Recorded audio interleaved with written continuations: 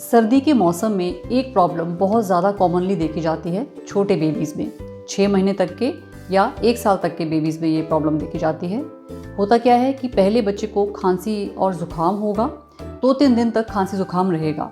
उसके बाद उसकी सांस तेज़ होने लगती है, जिसे कहते हैं पसलियों का चलना या फिर खींच खींच के सांस लेना। इसे हम मेडिकल लैंग्वेज में रेस्पिरेटरी डिस्ट्रेस बोलते हैं। ये एक वायरल इन्फेक्शन की वजह से होता है। वायरस का नाम है RSV virus, respiratory syncytial virus, जो कॉज करता है एक्यूट ब्रोंकियोलाइटिस। मतलब जो लंग्स के छोटे छोटे ट्यूब्स हैं, ब्रोंकियोल्स जिन्हें कहते हैं, उनका इन्फेक्शन हो जाता है, जिसकी वजह से बच्चे की पसलियाँ चलने लगती हैं। रेस्पिरेटरी डिस्ट्रेस उसे हो जाता है। देखिए, जैसे इस बेबी में रेस्पिरेटरी डिस्ट्रेस हुआ है, दैट मीन्स कि इसे सांस लेने में दिक्कत हो रही है। जो इसके रिब्स के लोअर एंड्स पे हमें खड्डे नज़र आ रहे हैं सांस लेते हुए, वो इंडिकेट कर रहा है कि बच्चा ब्रीदिंग डिफ़िकल्टी में है, रेस्पिरेटरी डिस्ट्रेस में है। अब क्योंकि ये वायरल इन्फेक्शन है, इसमें एंटीबायोटिक्स काम नहीं करेंगी। ये बच्चा भी मेरे पास आया था तो ये 7वें दिन इसका इलनेस का हो चुका है, जिसमें इसे लास्ट 3 डेज से ऐसी ब्रीदिंग हो रही है। उससे पहले इसे 4 दिन से कफ एंड कोल्ड और फीवर हो रहा था। ये पिछले 7 दिन से इसे एंटीबायोटिक का कोर्स कर रहे हैं, बट उसके बावजूद भी इसे ये सब चीज़ें हुई।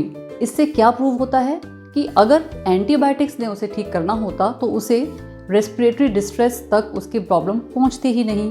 अब क्योंकि ये वायरस है और RSV virus is notorious to infect the lungs, अगर इस बेबी में वैसा वायरस गया है कि जिसने लंग्स को इन्फेक्ट करना है तो वो करेगा, चाहे आप एंटीबायोटिक दे दें, चाहे कोई भी मेडिसिन दे दें। तो फिर इसका ट्रीटमेंट कैसे करना है? अगर आपको अपने बच्चे में खांसी कोल्ड के चलते ऐसी सांस देखने को मिले तो तुरंत डॉक्टर के पास जाइए, उनका चेकअप करवाइए, क्योंकि कई बार बच्चे की सैचुरेशन लो हो रही होती है, जिसमें उसे ऑक्सीजन की रिक्वायरमेंट होती है, हॉस्पिटल में एडमिट करवाने की ज़रूरत पड़ जाती है। बट अगर माइल्ड रेस्पिरेटरी डिस्ट्रेस है तो कुछ नेबुलाइजेशंस के ज़रिए और कुछ सिम्टोमेटिक मेडिसिन के ज़रिए इसे कंट्रोल में लाया जा सकता है।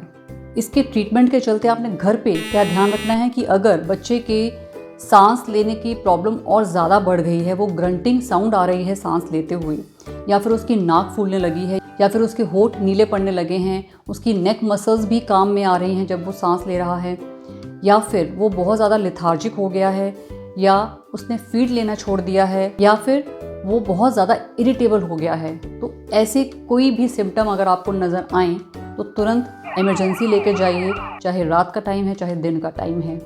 So why I am making this video कि हर कफ एंड कोल्ड में एंटीबायोटिक्स का प्रयोग ना करें, क्योंकि अगर हम अननेसेसरी एंटीबायोटिक कोर्स देते रहेंगे और अगर फ्यूचर में उसे रियल में ऐसा इन्फेक्शन हो जाता है जिसमें एंटीबायोटिक काम करती हो, तो उस बच्चे में वो एंटीबायोटिक काम नहीं करेगी, क्योंकि उसमें एंटीबायोटिक रेजिस्टेंस आ चुका होगा।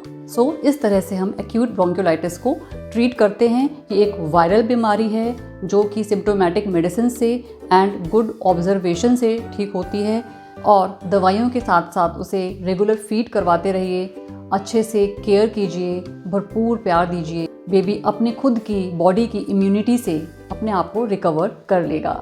Thank you.